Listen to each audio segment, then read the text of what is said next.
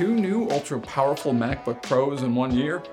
Wow, we really must be spoiled. Apple claimed the latest version of its Pro model laptop includes one of the most powerful chips the tech giant has ever created. And damn us if Apple isn't telling the truth, at least based on our tests.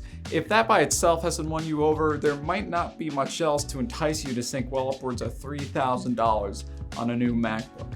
So you're wondering if the 16-inch MacBook Pro with the M3 Max chip is the most powerful version of Apple Silicon to release so far. The version I have is the 48GB RAM version with a 1TB SSD, costing just under $4,000. Right off the bat, I can say, yeah, absolutely, this thing is a beast of a machine. We tested the M3 Max Macbook Pro in a range of CPU and GPU benchmarks. Suffice it to say, it's more powerful than the M2 and the M1. The M3 Max cut some rendering test times by half compared to the previous generation, and it scores well against similarly priced gaming-focused laptops and even some desktops. But you already knew this. You knew the M series chip performs better than the MacBook Pro's previous Intel chips. So, what else you got, Apple? Well, the newest MacBook design offers a new black finish with an anodized seal to keep your grubby fingerprints off the cover. Other than that, plus a few minor additions, this is the same laptop Apple released earlier this year and back in 2021.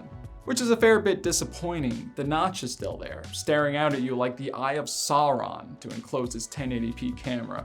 I would like something akin to the iPhone's dynamic island rather than this big black spot on screen, but no such luck.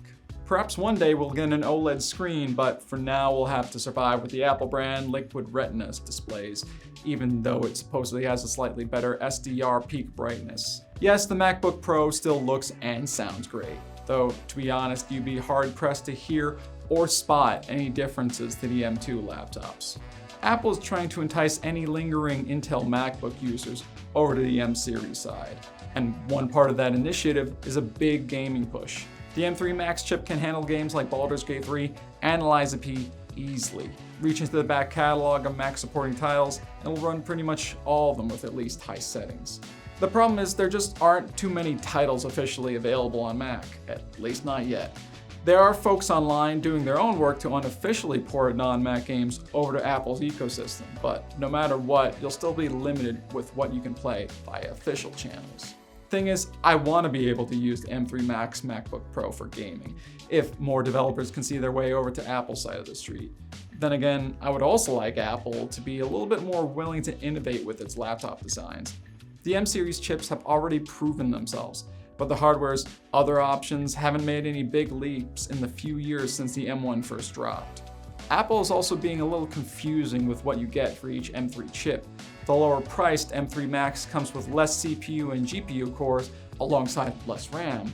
It's hard to tell just what the different configurations will mean performance-wise, especially considering we're using the most expensive version that doesn't also come with a ludicrous 128GB of RAM. All that is to say, you can feel safe buying the more expensive versions of the MacBook Pro if all you want is a high-performing laptop for intensive tasks. I don't think I can tell anyone to drop $3,500 or more on a new laptop, but if all you want is a high-performing machine under the tree this holiday season, maybe Mecha Santa might just throw you a bone.